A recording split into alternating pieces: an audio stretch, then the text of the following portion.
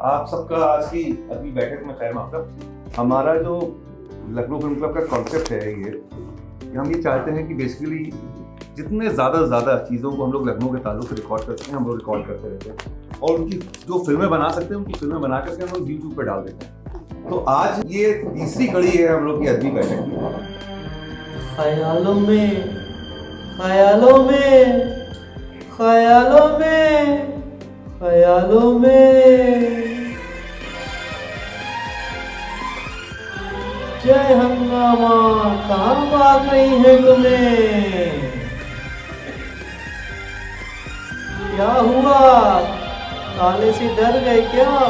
हम काले हैं तो क्या हुआ दिल वाले हैं, हम काले हैं तो क्या हुआ दिल वाले हैं, हम तेरे तेरे तेरे चाहने वाले हैं, हम काले हैं तो क्या हुआ दिल वाले हैं, हम काले हैं तो क्या हुआ दिल वाले हैं, हम तेरे तेरे तेरे चाहने वाले हैं, हम काले हैं तो क्या हुआ दिल वाले हैं, हम काले हैं तो क्या हुआ दिल वाले हैं। शैलेंद्र दो स्तरों पर मुझे हमेशा प्रभावित करते रहे। एक तो फिल्मों में आने से पहले वो कवि सम्मेलनों और मुशायरों में अपनी पहचान बना चुके थे, और दूसरी बात ये कि शैलेंद्र ने पहले फिल्मों में जाने का जो ऑफ़र था, जो उन्हें मिला, राज कपूर उनको सुन रहे थे कवि सम्मेलन में, उन्होंने कहा कि आप आइए लिखिए हमारे लिए, और उन्होंने कहा कि मैं इजाज़त नहीं करता गीतों की, मैं बेचता नहीं अपने गीत, बड़े फ़र्क था। मगर हुआ ये कि हालात हुए, पारिवारिक समस्याएं थी कुछ भी, और फिर उन्होंने खुद गए राज कपूर के पास में, और उस वक्त उन्हें जो नौकरी कर रहे थे रेलवे की, उस वक्त उनका 250 रुपये की नौकरी हो चुकी थी, और राज कपूर साहब ने उनको 500 रुपये ऑफर दिए, और उसके बाद उन्होंने उनके साथ काम किया। आग पहली पिक्चर थी, राज कपूर की भी पहली पिक्चर आग थी, और शैलेंद्र की भी पहली पिक्चर आग थी। तो शैलेंद्र उस तहरीक का एक अहम हिस्सा रहे हैं, जो तहरीक हिंदुस्तान में जानी जाती रही है, फ्रीडम मूवमेंट के आइडियल्स को लेकर चली थी, जिसके पास समाज को बदलने का एक नज़रिया था, जो हिंदुस्तान के आवाम के साथ, उनके सपनों के साथ अपने को जोड़ के चल रही थी। उस तहरीक के साथ वो जुड़े हुए थे। जब वो बम्बई जाते हैं सन 46 में, तो इप्टा के साथ काम करना शुरू करते हैं, इंडियन पीपुल्स थिएटर। तो इप्टा के साथ काम करना, उसके बाद पूरे प्रोग्रेसिव मूवमेंट के साथ लगातार जुड़े रहे।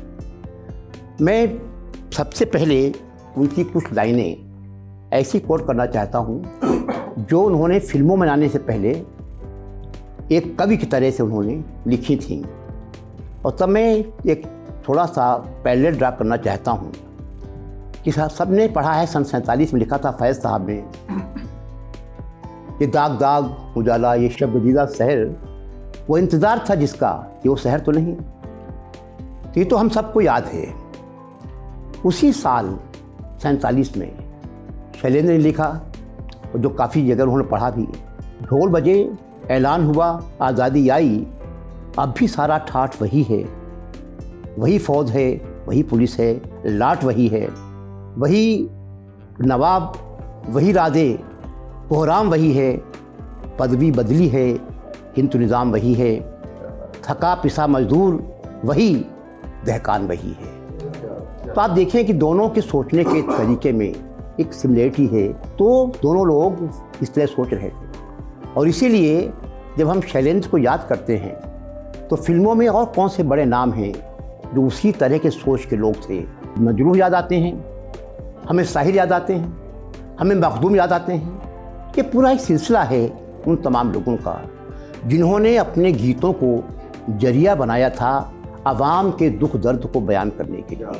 1948 में शैलेंद्र ने एज ए पोएट फिल्म में जाने से पहले एक और कविता लिखी, जिसकी कुछ लाइनें मैं आपसे पढ़ना चाहता हूँ। मुझे जैसे ये लाखों हैं जो मांग रहे हैं रोजी रोटी कपड़ा बोनस, मांग रहे हैं जीने का अधिकार स्वदेशी सरकारों से, किंतु सुना है जीने का अधिकार मानना अब गुनाह है, गद्दारी है, गद्दारी के लिए जेल गोलीबारी है।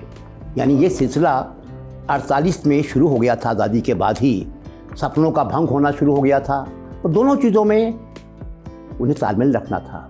49 में उन्होंने अपने कमिटमेंट को साफ साफ बताते हुए लिखा शैलेंद्र ने कि वो कम्युनिस्ट रहे हमेशा। उन्होंने लिखा, कार्ल मार्क्स की तारीफ में एक लंबी पोएम लिखी जिसकी 2 लाइन में बता रहा हूँ। 100 सलाम उस कार्ल मार्क्स को जिसने मुक्ति मार्ग दिखलाया, मिट्टी के पुतलों को जिसने फौलादी इंसान बनाया। फिर एक और कविता में लिखा उन्होंने, अन्नपूर्णा लक्ष्मी को आज़ाद करेंगे, स्वर्ग इसी धरती पर हम आबाद करेंगे। अब ये जो स्वर्ग इसी धरती पर लाने का ये एक रनिंग थीम है शैलेंद्र के यहाँ। एक बड़ा पॉपुलर हुआ था आज़ादी के तुरंत बाद के सालों में उनका एक कविता, वो था, तू जिंदा है तो ज़िंदगी की जीत में यकीन कर, अगर कहीं है स्वर्ग तो उतार ला ज़मीन पर। तो हमेशा उनके दिमाग में था कि स्वर्ग अगर कहीं है, स्वर्ग को यहाँ होना चाहिए, अगर यहाँ स्वर्ग नहीं है तो कहीं हो, कोई फ़र्क नहीं पड़ता उसमें भी। तो यह भी है, ये गम के और 4 दिन, सितम के और 4 दिन, ये दिन भी जाएंगे गुजर गुजर गए 1000 दिन। अपने गानों के जरिए आम फहम जुबान में आम आदमी के दुखों को गाना, और ये उन्होंने बाद में अपने कई गीतों में एक साथ लिखा है। आप याद कीजिए वो गीत कौन सा गीत है, जिस देश में गंगा बहती है। गंगा बहती है में वो क्या कहता है, उसका नाम है मेरा नाम राजू घराना नाम, और वो अपने को कविराज कहता है।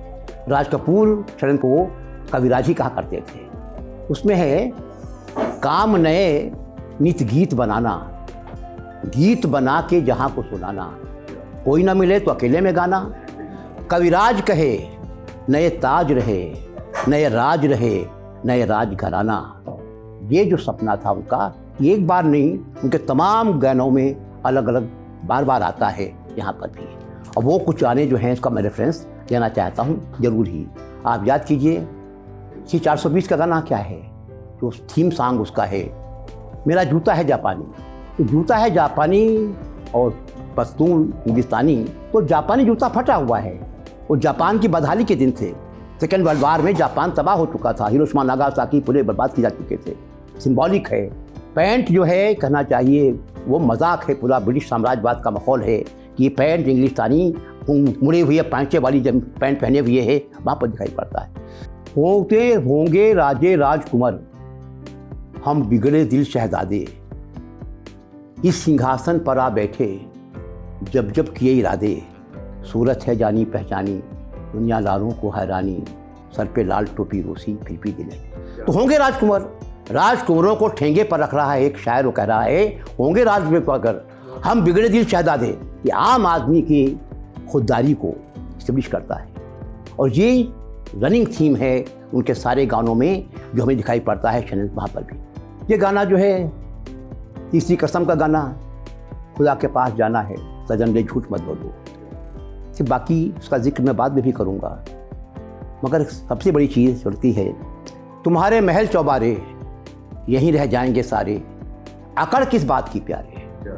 ये फिर चुनौती है सामंतवाद को, फ्यूडल सिस्टम को, किस बात का अकड़ करते हो भाई, सब यहीं रह जाएगा वहाँ पर भी पर। और एक सबसे बड़ा फ़लसफ़ा, ताकत है शैलेंद्र की कि बड़े से बड़ी फ़लसफ़े की बात समझाने वाले अंदाज में, उस जुबान में जो कविता की जुबान नहीं होती आमतौर से, भला कीजिए भला होगा, बुरा कीजिए बुरा होगा, ये हम लोग आपस में बात करते रहते हैं। मगर वही लिख लिख कर क्या होगा, यही सब कुछ लुटाना है, ये चोट है उस पूंजीवाद पर उस पैसे।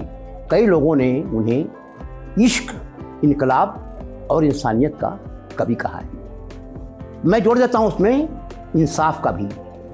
ये रनिंग थीम है शैलेंद्र के तमाम गीतों का। एक बात और भी गौर करें इसमें भी, जिन्होंने कई बात हुई, इसी में एक और भी है। अनाड़ी पिक्चर की याद कीजिए आप, दिल का चमन उजड़ते देखा, हमने हर जीने वाले को धन दौलत पर मरते देखा। तो लगातार वो जो चोट है उस पूरे कैपिटलिस्ट निजाम पर, शैलेंद्र के यहाँ भर्ती का कोई शब्द नहीं है उनके गीतों में, हर शब्द का कोई ना कोई मायने है, ये ध्यान देने की बात है वहाँ पर दिखाई पड़ता है। फिर जब बात करते हैं उनके इश्क का जो बेसिक थीम है, कई बार लोग कह देते हैं रोमानी कवि, शैलेंद्र में रोमान बिल्कुल नहीं है, ठोस हकीकत के गीतकार हैं वो। एक बात और भी है, उन तमाम उनके जितने भी गाने हैं प्यार के, मोहब्बत के, उनमें चांद कई बार अक्सर आता है। चांद की मौजूदगी एक कंसिस्टेंट और कांस्टेंट फिनोमेना है शैलेंद्र के यहाँ, वो दिखाई पड़ता है। खोया खोया चांद, खुला आसमान, ऐसे में सारी रात जाएगी, और आजा सनम मधुर चांदनी में हम तुम मिलेंगे, को वीराने में आ जाएगी बहार, ये तो होगा ही। चांद सा मुखड़ा क्यों शर्माया, ये रात ये मौसम, नदी का किनारा, ये क्या बात है आज की चांदनी में। तो चांदनी और चांद लगातार लगता है, जिस ये चांद और चांदनी का लगातार गीतों में इस्तेमाल है, वो उनके प्यार के जज्बे को एक ख़ास तरह की निश्चलता, मासूमियत दे देता है वहाँ पर भी, जहाँ पर चांद गवाह है हर चीज़ का। मुझे लगता है कि शैलेंद्र से बड़ा कोई दूसरा फिल्मी गीतकार इमेंसिपेशन के बारे में, फ्रीडम के बारे में, और ख़ास तौर से औरतों की आज़ादी के बारे में गाइड फिल्म में एक एक शब्द माने खेल है। कांटों से खींच के मैं आंचल, तोड़ के बंधन बांधी पायल। एक आर्कोलॉजिस्ट शौहर है, उम्र में भी बड़ा है उनसे, अब डूबा रहता अपने काम में, फिक्र ही नहीं करता अपनी बीवी की। जिस वक्त वो घुटन महसूस कर रही होती है अपने शादी के रिश्ते में, तब राजू गाइड मिलता है उसको। राजू गाइड उसको ला के देता है पायल, क्योंकि उसको डांस करने का शौक था। उस पायल को बांधकर जब वो दोबारा नाचना शुरू करती है, तब वो अपनी आज़ाद महसूस करती है अपने आप को। तो आज फिर जीने की तमन्ना है, आज फिर मरने का इरादा है, इस पूरे गीत में ये आता है कि तोड़ के बंधन, वो सारे बंधनों को तोड़कर और दिल वो चला। तो आप कहिए कि वो उस वक्त अपने आप को तमाम बंधनों से आज़ाद कर चुकी होती है, और एक तरह का कहना चाहिए एक मिसाल कायम कर रही होती है कि ये जो बंधन थे लगातार, उनको तोड़ने के बाद अब वो अपने आप में है। अब वो जो रोजी थी वो नहीं थी जो पहले से रोजी थी, ये वहाँ दिखाई पड़ता है। मुझे लगता है गानों से वो कहानी और आगे बढ़ती है। गाइड की कहानी, मुझे लगता है गाइड की सारी कहानी शैलेंद्र के गीतों का जो फ़लसफ़ा है, उसकी वजह से वो एक दार्शनिक पिक्चर बन गई है। उस वजह से ख़ास तौर से वो उन गानों को हटा दें तो शायद उसमें कोई भी ख़ास बात नहीं बचती वहाँ पर भी। एक हमारे बचपन का गीत हुआ करता था, मुसाफिर फिल्म का था, मुन्ना बड़ा प्यारा, अम्मी का दुलारा, कोई कहे चांद कोई आँख का तारा। एक दिन बोला माँ से, रो क्यों रोज रोज फूंकती है चूल्हा, क्यों ना आम रोटियों का पेड़ हम लगाएं, आम तोड़ें रोटी तोड़ें आम रोटी खाएं। ये तस्वुर ही अपने आप में बिल्कुल नए सिरे से अंदाज फिल्मों में इससे पहले किसी ने दिया होगा कि एक छोटे बच्चे का मनोविज्ञान है। एक बच्चा वो नहीं जानता है कि कहाँ पेड़ पे उगते हैं, रोटी उगती है पेड़ पे, नहीं पता है। उसे लगता है माँ चूल्हा फूंक रही है, उससे वो परेशान लड़का, गरीब परिवार है बहुत ही, और उसके बाद उसको लगता है कि इतना आसान तरीका है, हम ये क्यों नहीं करते हैं, आम तोड़ें रोटी तोड़ें आम रोटी खाएं। तो बच्चे के इस मनोविज्ञान को समझना ये बड़ी चीज़ है शैलेंद्र का। और ये इसलिए भी आता है कि शैलेंद्र जिस बैकग्राउंड से आए थे, उनका परिवार बिहार से पंजाब गया था, रावलपिंडी में इनका जन्म हुआ था। पिताजी का दलित परिवार था, धूसिया थे, शेड्यूल कास्ट के भी। वो फौज में छोटी मोटी नौकरी में गए थे, फिर कैंटीन के मैनेजर हो गए पिताजी इनके, और फिर परेशानियां हुई तो मथुरा चले गए बाद में। तो मथुरा में पढ़ाई हुई शैलेंद्र की शुरुआती, और मथुरा से फिर बॉम्बे गए। तो ये ध्यान रखने की बात है कि वो जो सप्रेशन, जिस तरह की जाति प्रथा हमारे यहाँ है, उसके जो डिफरेंट डायमेंशंस हैं, एक्सप्लॉयटेशन के डिफरेंट डायमेंशंस हैं, इनइक्वलिटी के, वो तमाम चीज़ें हांट करती रही उनको, और इसीलिए उन गीतों में लगातार ये चीज़ें उभर कर सामने आती रही हैं। अलग अलग किस्म के गीतों में उनका जिक्र किया जाएगा। एक और गाने पे आप गौर कीजिए, महमूद पे फिल्माया गया गाना, वो हम काले हैं तो क्या हुआ दिल वाले। उस पूरा गाना सुने आप, तो चाहे अमेरिका के कालों की जो अफ्रीकन अमेरिकन्स हैं उनकी तकलीफ़, या हिंदुस्तान के जो सही में दलित हैं, दलित लोगों की तकलीफ़, उसकी दो लाइनें, हम माना गरीब है तंदाना, सूरत से अजीब है तंदाना, हम काले हैं तो क्या हुआ। अपनी उसे लोग मजाक उड़ा रहे हैं उसके रंग का, उसके बोलने का, तो वो जो दर्द है उसका उभर के आता है। अब बूट पॉलिश फिल्म में बच्चों से सवाल जवाब के उसमें बात कर रहे होते हैं। गीतकार लिखता है कि मुझसे ना छिपाओ बच्चों, ये तो बतलाओ, आने वाली दुनिया कैसी होगी समझाओ। बच्चे कहते हैं आने वाली दुनिया में सबके सिर पर ताज होगा, ना भूखों की भीड़ होगी, ना दुखों का राज होगा। अब ये पूरा गाने में तो आप कल्पना करें कि हर गाना समाज को नई रोशनी देने का, नई चेतना देने का, नया एहसास पैदा करने का, और सबसे बड़ी चीज़ है कि जो हाशिए के लोग हैं, जो शताब्दियों से हाशियों पर रहे हैं, उन हाशिए के लोगों को जुबान देने का। इसलिए वो बात जो एक गली कूचे में रहने वाला मुफलिस आदमी जो सोचता है, उस मुफलिस आदमी को जुबान मिल जाती है शैलेंद्र के गीतों से। और इसीलिए ये केवल चांस नहीं है कि जो पॉपुलरिटी शैलेंद्र को मिली है, इसलिए मिली है कि उन गानों से हम अपने आप को जोड़ पाते हैं। याद कीजिए एक फिल्म उजाला, सूरज जरा आप आसा, आज सपनों की रोटियां पकाएंगे हम, ए आसमां तू बड़ा मेहरबान, आज तुझको भी दावत खिलाएंगे हम। तस्वीर क्या है, एक औसत आदमी का, एक गरीब आदमी का, एक बेरोजगार आदमी का सपना क्या हो सकता है? आलू टमाटर का साग, इमली की चटनी बने, रोटी करारी सीखे, घी उस पर अस्थि लगे। अब ये तस्वुर एक आम आदमी का ख्वाहिशें ज़्यादा नहीं है, रोटी दाल सब्जी हो जाए, थोड़ा सा अगर घी हो जाए, वो बड़ी चीज़ है। तो आम आदमियों के सपनों को, उनकी ख्वाहिशों को, उनकी तमन्नाओं को, उनके सपनों को जिस तरह से शैलेंद्र ने अपने तमाम गीतों में लगाया है, that makes him a people's poet, जनता का पोएट। जो भी कवि या शायर आवाम के दुख दर्द के साथ जिसका कमिटमेंट होता है, वही अच्छी प्रेम कविता लिख सकता है। और ये संयोग नहीं है, आप देखें सबसे बड़े पोएट रहे हैं, नोबेल प्राइज पुरस्कार मिल चुका है पाब्लो नेरुदा। पाब्लो नेरुदा की किताब है 20 love poems and a song of despair, एक कलेक्शन है उनकी कविताओं का, उसका नाम ही ये है 20 love poems and a song of despair.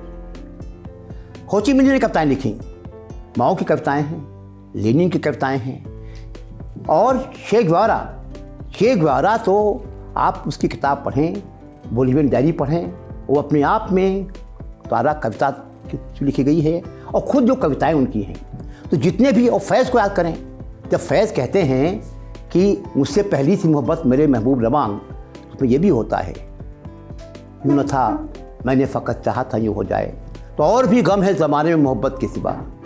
तो मोहब्बत भी है और समाज का भी है, कुछ गमे जाना कुछ गमे दौरा, दोनों साथ साथ चलते हैं। यही शैलेंद्र की खूबी है, यही प्रोग्रेसिव करना चाहिए जो राइटर्स हैं, उनके लिखने की खूबी ये दिखाई पड़ती है। बाकी तमाम एक चीज़ और भी है शैलेंद्र के यहाँ, उदासी और अकेलेपन की कविताएं भी काफ़ी, गीत काफ़ी उनके यहाँ।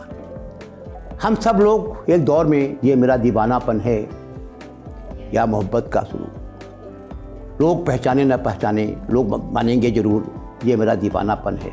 तो ये मेरा दीवानापन है हर किशोरावस्था के हर उस नौजवान के साथ गुजरता है कि जो अपने आप को परिवार से अलग थलग महसूस करता है। उन दिनों मसें भीग रही होती हैं, बड़े सपने होते हैं, सपने वही मैंने कहा, सपने अपनी दोस्त के बारे में भी होते हैं, सपने अपने करियर के बारे में भी होते हैं, सपने समाज को बदलने के बारे में होते हैं, और सारे सपने आपस में घुस जाते हैं, उस वक्त दीवानापन ही होता है। तो ये ध्यान रखने की बात है कि जो भी यहूदी के गाने में, ये संयोग नहीं है कि शैलेंद्र के गीत, जितने संगीतकार रहे हैं फिल्म वर्ल्ड के, सब ने अपनी धुनें बांधी हैं उनकी, कोई भी अपवाद नहीं। दूसरी बात, शैलेंद्र ने सभी लोगों के साथ 800 गीत लिखे उन्होंने। कुल माना जाता है कि 18 साल का करियर रहा उनका, 48 से लेकर 66 तक का। उसमें 170 हिंदी फिल्मों में गीत लिखे उन्होंने और कुछ भोजपुरी फिल्मों में गीत लिखे। और उसके बाद 800 गीत लिखे टोटल। 800 में 400 उनके गानों का संगीत तैयार किया शंकर जयकिशन ने। ये ध्यान देने की बात। अक्सर कह दिया जाता है कि वो इसलिए हार्ट फेल हो गया उनका कि पिक्चर फेल कर गई थी, इसी कसम वो शौक में आ गए थे इसलिए हो गया। ऐसा कुछ नहीं है। उनके बेटे ने लिखा है उनके बारे में, उसमें लिखा है कि जब पिक्चर फ्लॉप कर गई, बड़ा शानदार शो हुआ था, सब मौजूद थे उसमें, उस फिल्म का गजब का लोगों ने रिस्पांस थी, क्रिटिक्स की, मगर पब्लिक में बॉक्स ऑफिस पे फ्लॉप हो गई तो शौक तो लगा ही लगा। हालांकि उसके बाद पिक्चर खूब चली, उसके बाद उस दौरान वो फेल कर गई तो शौक लगा। तो उन्होंने बेटे से कहा, जब लोग कह रहे थे किस तरह की बातें, उन्होंने कहा भाई 50 फिल्में शंकर जयकिशन के पास आज की तारीख में हैं और मुझे उसमें लिखने का ऑफर है। अगर एक एक गीत लिखूंगा मैं हर एक में तो भी मेरा कर्जा पाते नहीं है, वो समस्या ही नहीं हो। एक पिक्चर में अगर एक ही में गीत लिखूं केवल, ये ध्यान देने की बात है, इसलिए वो समस्या नहीं है।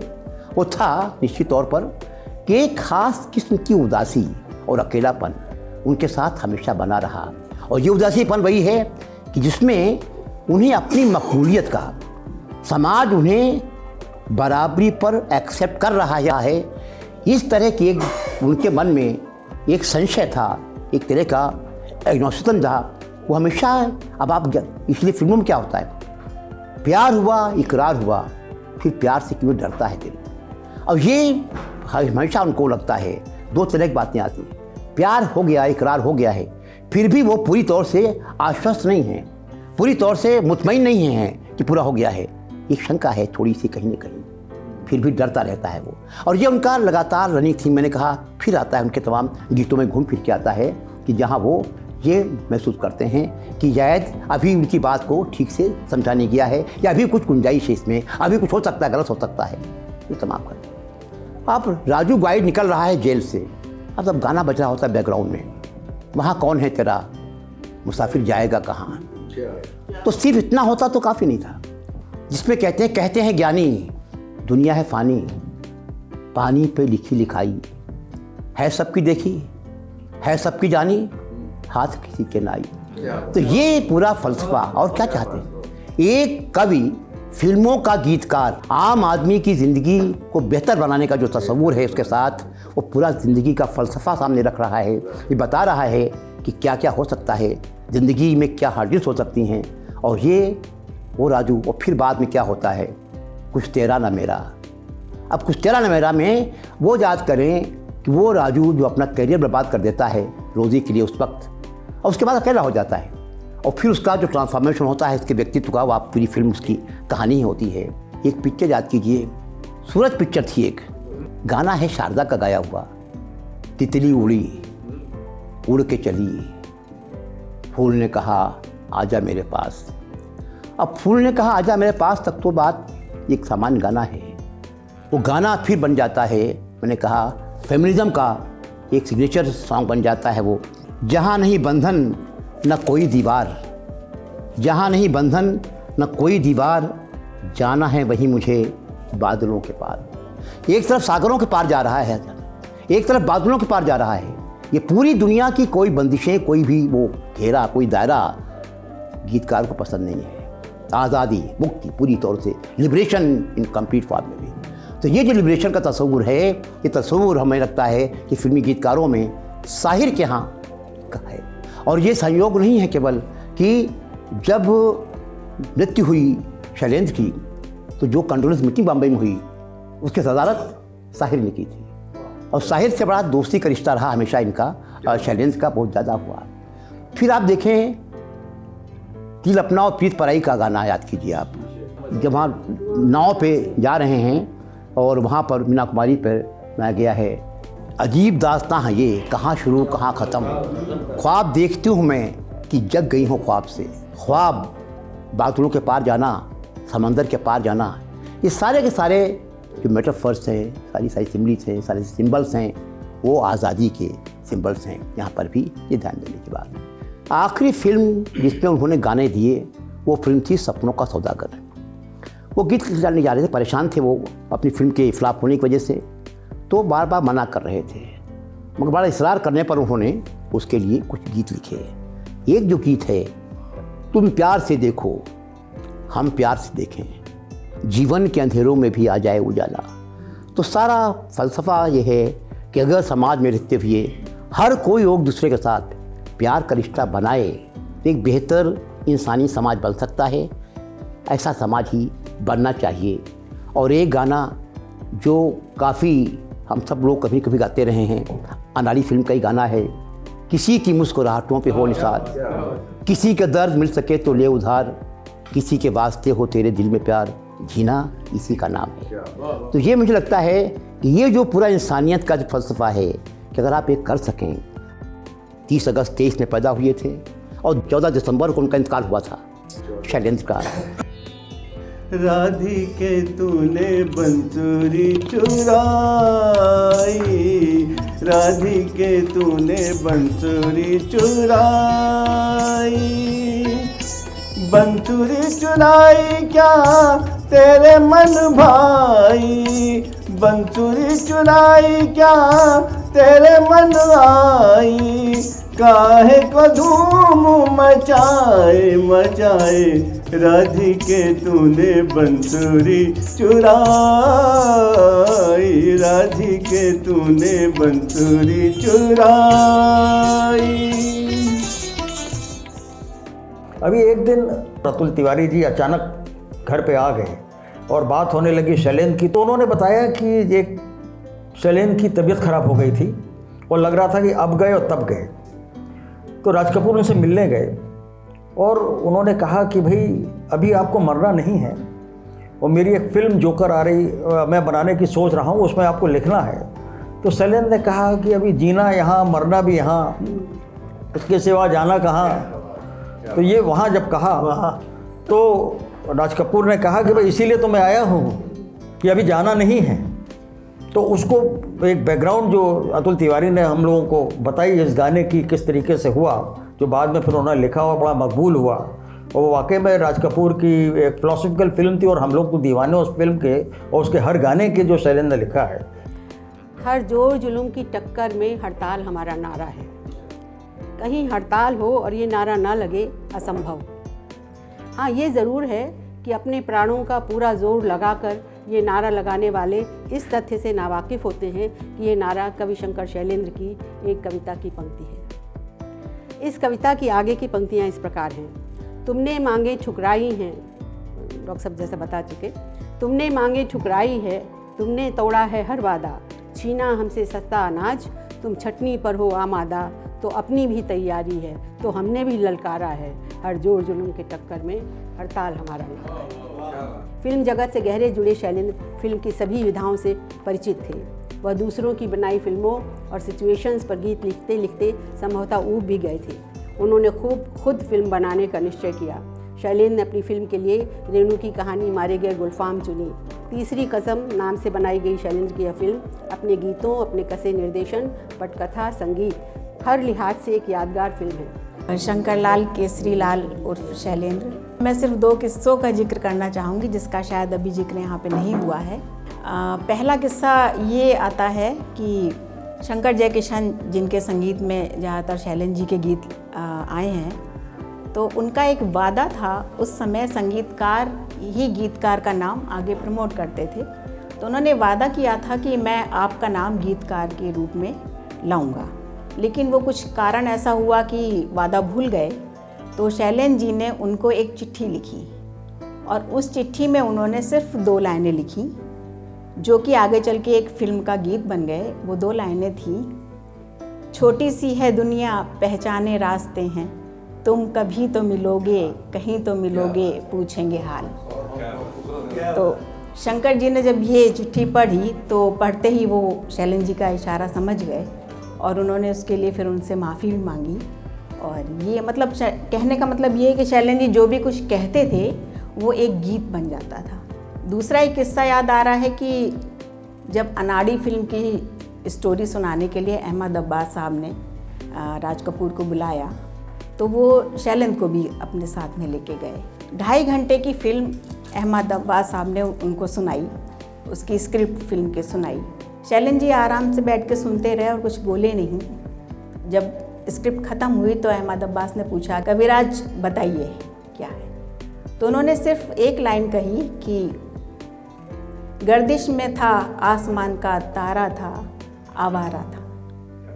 तो अहमद अब्बास ने कहा कि वो चौंक गए। उन्होंने कहा, मेरी 2.5 घंटे की फिल्म को ये कौन है जिन्होंने सिर्फ एक लाइन में बयां कर दिया। और उन्होंने राज कपूर से कहा कि आपकी फिल्म का टाइटल सॉन्ग आपको मिल गया है, और ये बाद में टाइटल सॉन्ग रखा गया। अपने ही बस में नहीं मैं, दिल है कहीं तो हूँ कहीं मैं, हो अपने ही बस में नहीं मैं, दिल है कहीं तो हूँ कहीं मैं, हो जाने क्या पाके मेरी जिंदगी ने हंसकर चाहा, आज फिर जीने की तमन्ना है, आज फिर मरने का इरादा है, आज फिर जीने की तमन्ना है, आज फिर मरने का इरादा है।